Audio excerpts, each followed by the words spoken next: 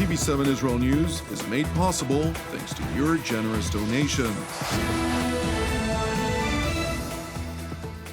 Shalom, good evening. This is TV7 Israel News broadcast to you from Jerusalem. And in today's top stories, Jerusalem imposes a week-long nightly curfew on 40 communities throughout the Jewish state as part of a bid to curb an unrelenting spread of the corona contagion.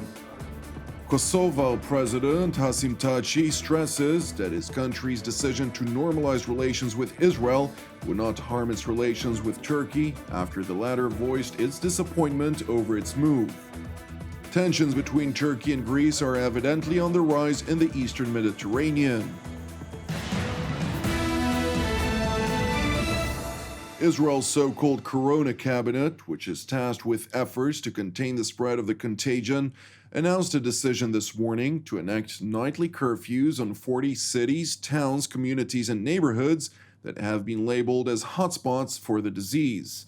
Therefore, during the next week, nightly curfews will be enforced from 7 o'clock in the evenings until 5 o'clock every morning. מובן שאנחנו רוצים להימנע, או לפחות לדחות סגר כללי, ואנחנו למעשה עושים את זה כבר חודשים, ומקבלים את התמורה הכלכלית. אבל החלטנו, לאור המצב של התחלואה הגבוהה, החלטנו עכשיו לנקוט צעד לבלימה, סגר על 40 ערים אדומות, זה 10 ערים שהצטרפו ביממה האחרונה. It is interesting to mention that in spite of an initial announcement that was made last Thursday by Prime Minister Benjamin Netanyahu, in which he unveiled that closures would be reluctantly imposed on 30 exclusively ultra-Orthodox and Arab Israeli communities in light of the uncontrolled spread of the contagion there. Political pressure from the ultra-Orthodox sector, however, had evidently altered Netanyahu's decision.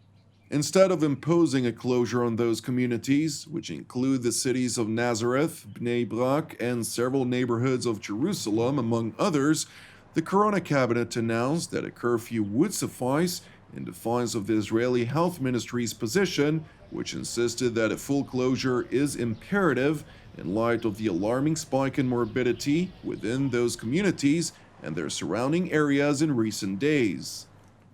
אפשר ללכת בכיוון אחד, אפשר ללכת בכיוון אחר. אי אפשר להתבלבל. אי אפשר לבקש שהמספרים יהיו נמוכים. אי אפשר לבקש שלא תהיה תמותה ולא יהיו חולים קשים, ובאותו זמן הכל יהיה פתוח. According to the Israeli Health Ministry's latest accumulated data, there are currently 26,722 diagnosed patients of the corona contagion in Israel, a rise of 2,234 since the day prior, of whom 470 are currently hospitalized in critical condition. The mortality rate has also risen to a total of 1,026 individuals who succumbed to the disease since it first broke out in Israel in February of this year. In other news, alternate Premier and Defense Minister Benny Gantz highlighted that in spite of Israel's struggle vis-à-vis the coronavirus, the enemies of Jerusalem are actively preparing to confront the Jewish state. לצד המאבק בקורונה, אנו נמצאים גם בתקופה ביטחונית רגישה. אויבינו אינם מחכים לסיומה של המגפה. הגענו לרגיעה בדרום לאחר מערכה שהקשתה על אזרחי הדרום וגבתה מחמאס מחיר כואב במהלכה, בו הגיע בסופו של דבר למסקנה שהאש אינה משתלמת. The top Israeli defense official further noted that Israel was also keeping a watchful eye on those who seek to harm it from the north, reiterating Jerusalem's resolve to respond with force to any hostilities. The Israeli defense minister's remarks referred to ongoing efforts by Iran to entrench militarily in Syria, including Tehran's armament of numerous proxies under its command, most notably its Lebanese proxy Hezbollah.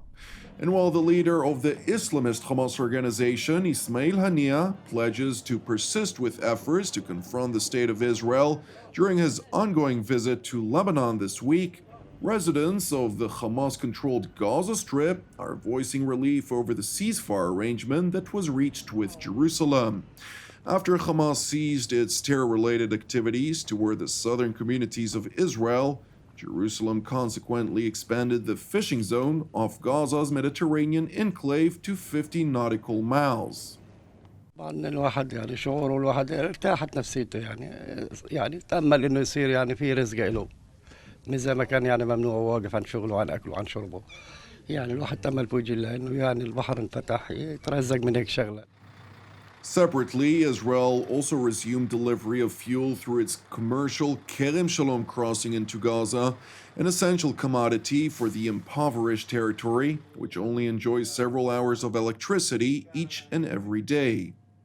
8 ساعات قبل كانت تيجي كنا يعني ماشيين معاه يعني تقدر تقول 80% 70% صارت الكهرباء اللي هي 3-4 ساعات ما بنلحقش نشغل جهاز التبخيره جهاز الفرشه تبعه يعني ما بتلحق تجهز له الفرشه تشتغل في 3-4 ساعات تلاقيها قطعت الكهرباء ما بنستفيدش منها حاجه يعني في قصه ال8 ساعات ان شاء الله بنستفيد حتى اللي نقدر نعمل له التبخيره يعني كنا في ال3 ساعات نعمل له مره واحده وما نلحقش نعمل له الثانيه لقيت في ال8 ساعات ان شاء الله بنعمل له مرتين مش طمعانين في الثالثه نعمل له مرتين ان شاء الله.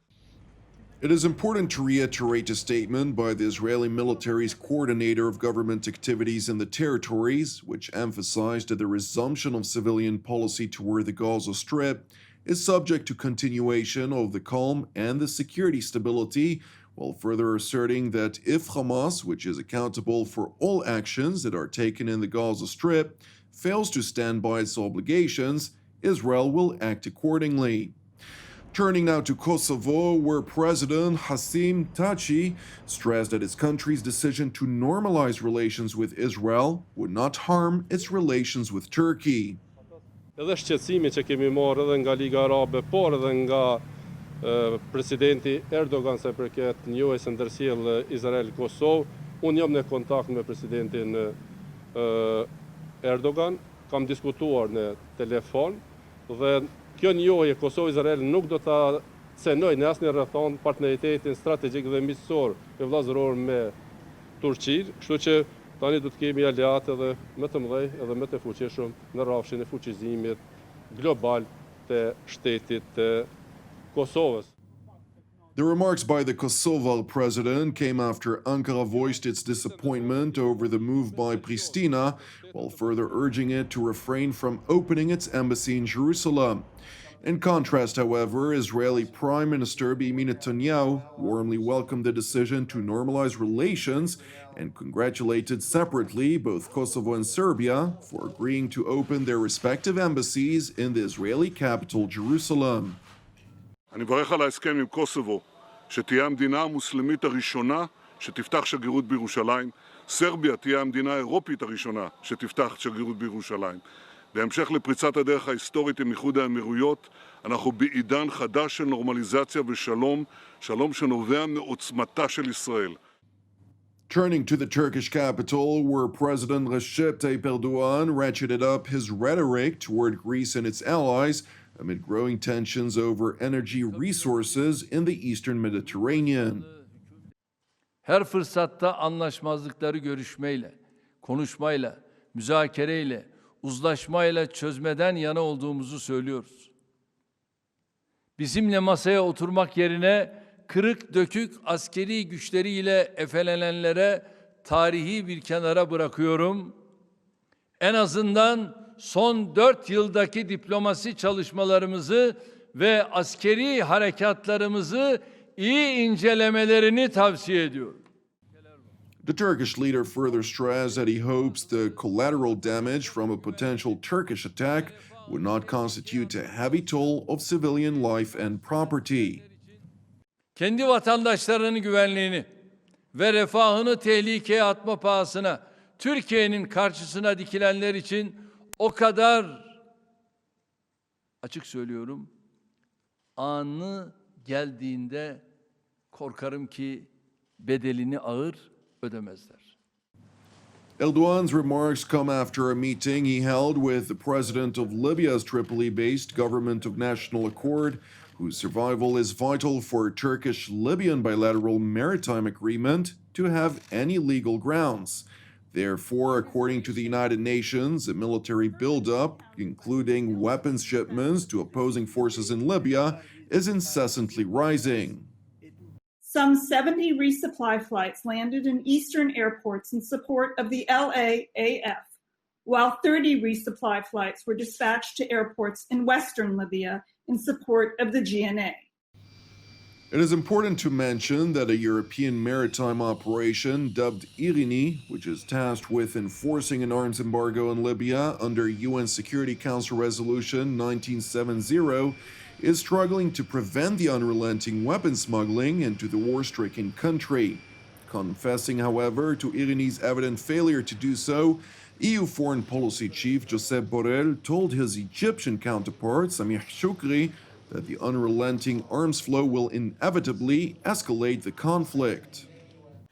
From our side, we try to control the arms embargo as much as we can, but we are perfectly aware that the flows of arms continue reaching Libya, and as far as this continues, it's going to be quite difficult to stop the fight.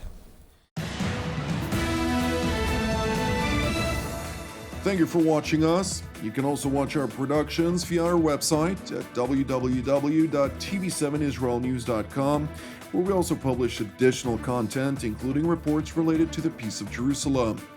Separately, as part of TV7's prayer initiative, I would like to encourage you today to join myself and the team here in Jerusalem to lift up Serbia in prayer for its salvation and peace, in addition to our ongoing prayers, of course, for the peace of Jerusalem, the salvation of Israel, as well as for all those who are impacted by the corona contagion and its economic ramifications worldwide.